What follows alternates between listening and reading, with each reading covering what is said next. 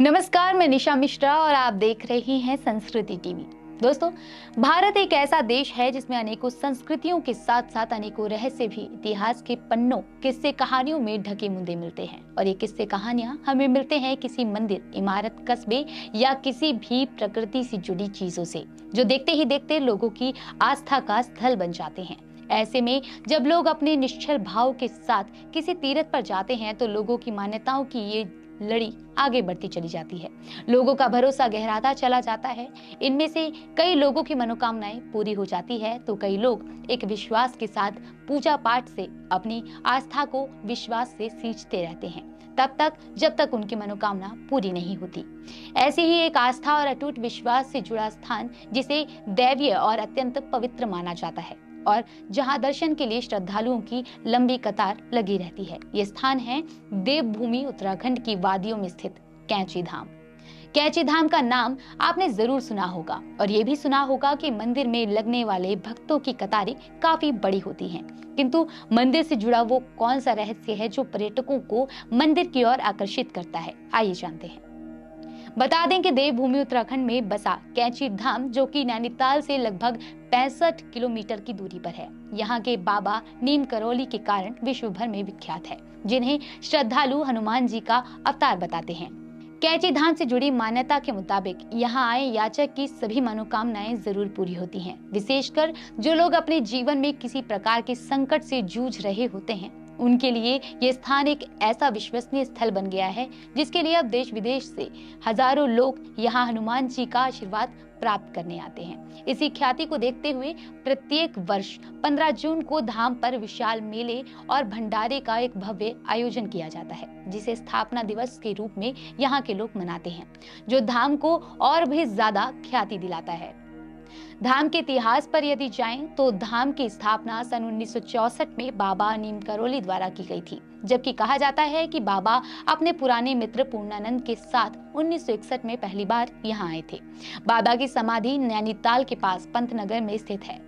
बाबा से जुड़ी मान्यताओं के अनुसार बाबा नीम करौली को हनुमान जी की उपासना से अनेक चमत्कारिक सिद्धियां प्राप्त हुई थी, जिसके कारण उन्हें लोग हनुमान जी का ही अवतार मानने लगे थे। जबकि बाबा के बारे में ये बताया जाता है कि बाबा स्वयं सभी प्रकार के आडंबरों से दूर रहते थे, ना माथे पर कोई तिलक लगाते थे, ना ही गले में कोई कंठी माला पहनते थे।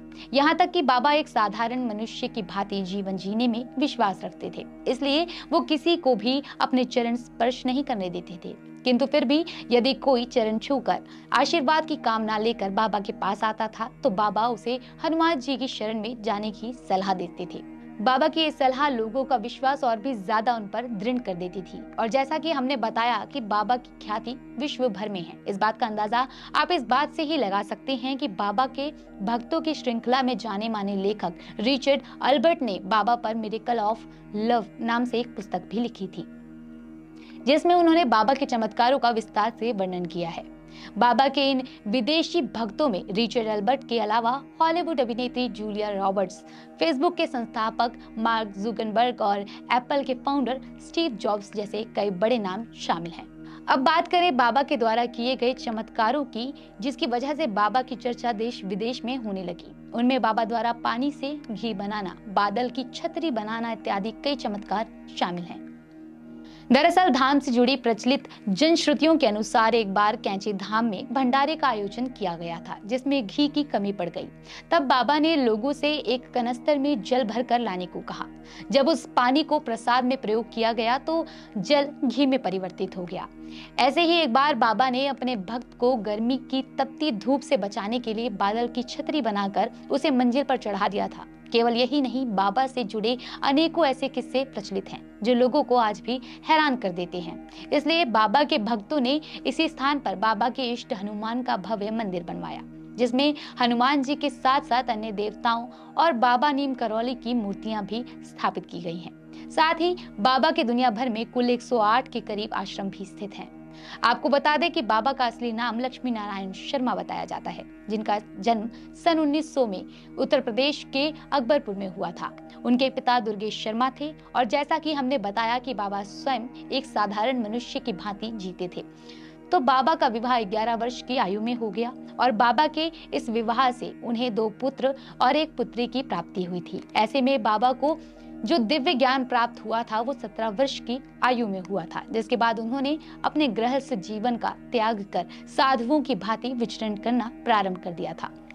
इस दौरान उन्हें लक्ष्मण दास हांडी वाले बाबा तो कईयों ने तिकोनिया बाबा के नाम से भी उन्हें संबोधित करना प्रारंभ कर दिया था। किंतु बाबा का नाम नीम करौली तब पड़ा जब एक बार बाबा फर्स्ट क्लास कंपार्टमेंट में बिना टिकट के ट्रैवल कर रहे थे और तब टिकट चेकर ने उन्हें अगले स्टेशन पर ट्रेन से उतार दिया था। कहा जाता है कि तब बाबा अपना चिपटा वहीं धरती पर गाड़ कर बैठ गए, जिसके बाद ट्रेन को हरी झंडी दिखाई गई, किंतु ट्रेन 1 इंच भी आगे नहीं बढ़ी। जिसके बाद जब तक टिकट चेकर ने बाबा से माफी मांगकर उन्हें सम्मान पूर्वक ट्रेन में नहीं बैठाया, तब तक ट्रेन चली नहीं और बाद में ट्रेन वापस चल पड़ी और यहीं से बाबा का नाम नीम करौली बाबा कहा जाने लगा।